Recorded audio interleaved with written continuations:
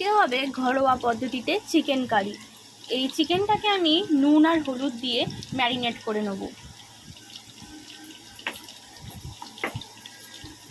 Marinate করে কিছুক্ষণ রেখে দেবো, তারপরে এটাকে তেলে ফ্রাই করব।